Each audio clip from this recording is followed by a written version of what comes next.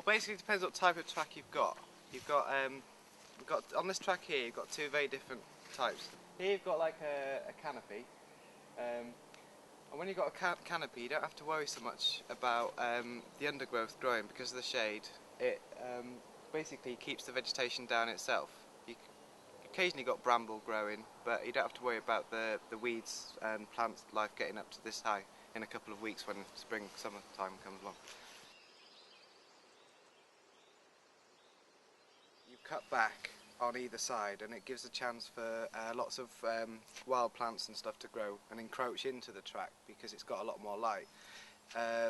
That's a lot a lot better for wildlife, but then needs more maintenance.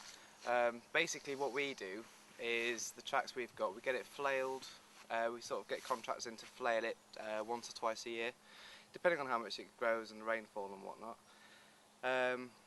But my preference is definitely the wider open tracks because it gives lots more scope for the wildlife.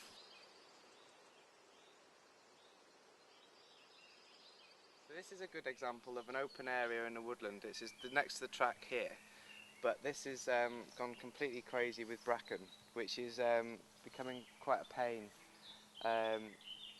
Just keeps coming back and just taking over any open areas that you've got. I mean, it looks quite nice, but it is becoming a problem. I think across the UK it's becoming a problem.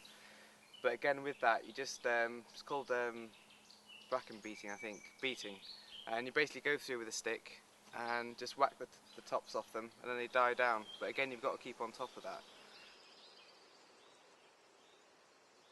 We really try to encourage woodland owners to take ownership of the track and take on the shared maintenance.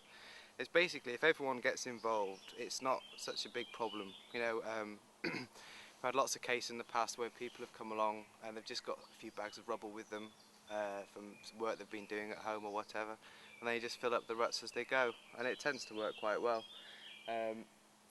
But again, it depends as well what kind of soil you've got. You could have clay or chalk, and clay is not ideal, which I think you've got here. This is a well-established track which had a lot of stone put down in the past. But yeah, if you want to do a really smart job on a track, either you've got to look for a quarry in your woodland and get some quarry stone and lay that down, or get it imported, but then you're talking a lot more money.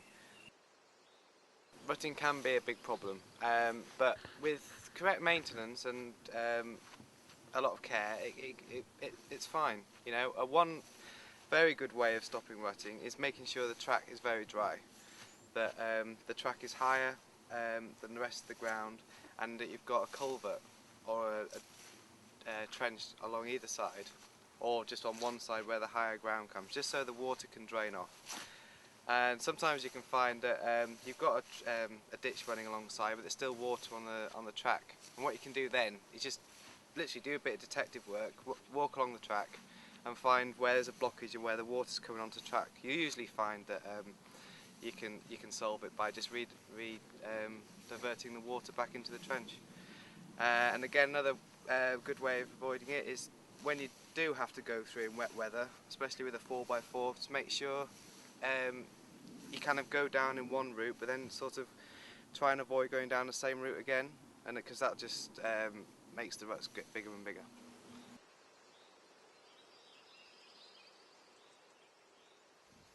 Gates, yeah, we think gates are a really good idea. I find it gives the people a sense of privacy when there's a gate, either if it's external or an internal gate. So it kind of denotes the boundary of the woodland, of their woodland and their area sort of thing. Also, especially on external gates, it really helps against to prevent fly tipping, because fly tipping can be a real nuisance, and if you've got a little bit of fly tipping, chances are it'll breed eventually. So gates are a really good protection against fly tipping. And also it's really good when you've got children and pets, really, dogs especially, when you've got a gate that's closed, it kind of denotes that that's where they're not supposed to go, especially on external gates, because, I mean, here's a typical example with this track running down. This gate was open. It looks like the woodland's continuing across the road, and, you know, they could run out and something might be coming, you never know.